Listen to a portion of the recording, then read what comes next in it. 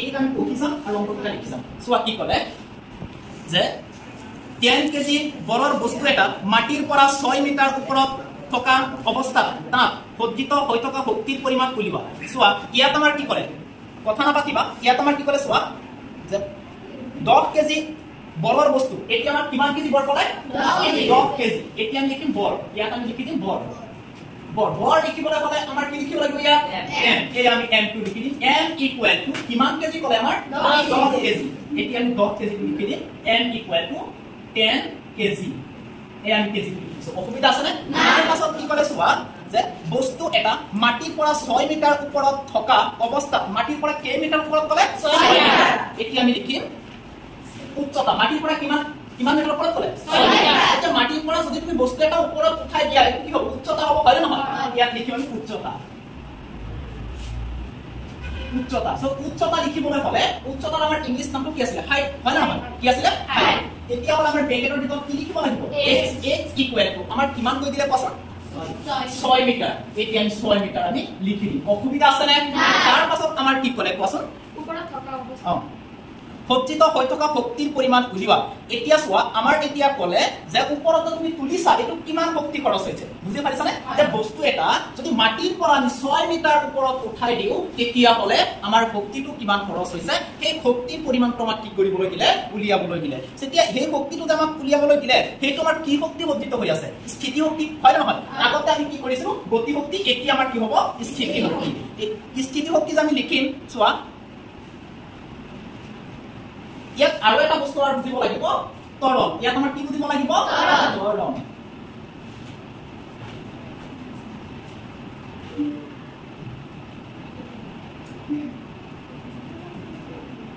তৰল এই তৰলটো চোৱা আমাৰ জি হৈ যাব কি হৈ যাব এইটো জি এইটো আমি জি টো লিখি দিম ইকুৱেল টু এইটো আমাৰ ভ্যালু এটা আছিল 9.8 কিমান আছিল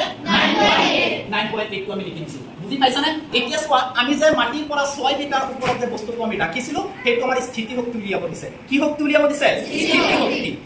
চোৱা আমি স্থিতি শক্তি লিখিম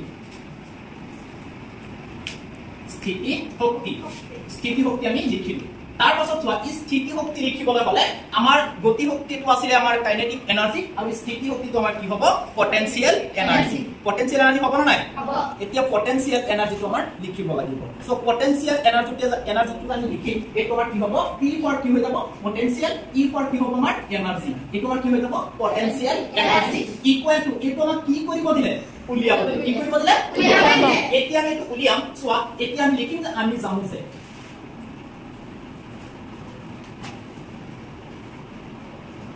আমি জানো যে এতিয়া স্থিতি শক্তি ওলাবলগীয়া আমাৰ ফৰ্মুলাটো কোনটো আছিল কি আছে কোৱাচোন কোনে পি ই ইকুৱেল টু কি আছিল এম জি এইচ হয় না হয় এইটো আমাৰ কি আছিল যে স্থিতি শক্তি ওলাবলগীয়া যে ফৰ্মুলা আছে আমি লিখিলো ফৰ্মুলাটো অসুবিধা আছে নে এতিয়া তোমালোকে লিখি লোৱা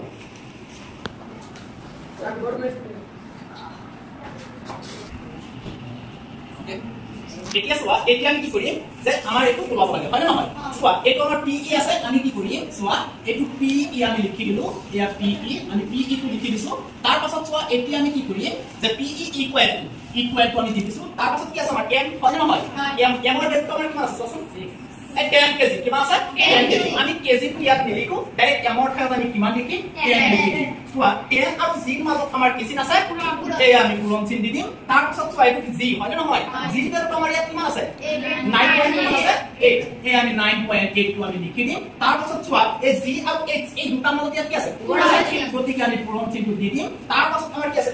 h ৰ ভ্যালুটো আমাৰ কিমান আছে 6 এই আমি 6 লিখি দিছো অসুবিধা আছে তাৰ পাছত চোৱা আমি ইকুৱেলৰ সিদ্ধাকে আমি ইকুৱেল দি পেলাই চোৱা এই 10 দি পেলাই ইয়াত তোমালোকে অলপ মনোযোগ দিবা যে এই 10 দি পেলাই তুমি কাক পূৰণ কৰিবা 9.8 চোৱা এই 10 দি পেলাই যদি আমি 9.8 ক পূৰণ কৰো তেতিয়া হৈ যাব আমাৰ 98 কিমান লিখিবা কো পূৰণ লিখিম হয় না নহয় লিখি পেলাই আমি কিমান লিখি দিম 6 লিখি দিম এই আমি 6 লিখি দিছো যদি তোমালোকে এই পূৰণটো কৰা তেতিয়া হলে তোমালোকে উত্তৰটো পাবা 588 এতিয়া চোৱা 588 আমি এইটো পূৰণ কৰি পেলাই উত্তৰটো পাইছো হয় না নহয় তাৰ পিছত চোৱা এইটো তুমি কি উপায় আছা স্থিতি শক্তি হয় না নহয় শক্তিৰ এছাই তোমাৰ কি আছিল জুল কি আছিল জুল এতিয়া তুমি ইয়াত কি লিখি দিবা যে পৰ আমাৰ কি হৈ যাব জুল হৈ যাব অসুবিধা আছে না লিখি লোৱা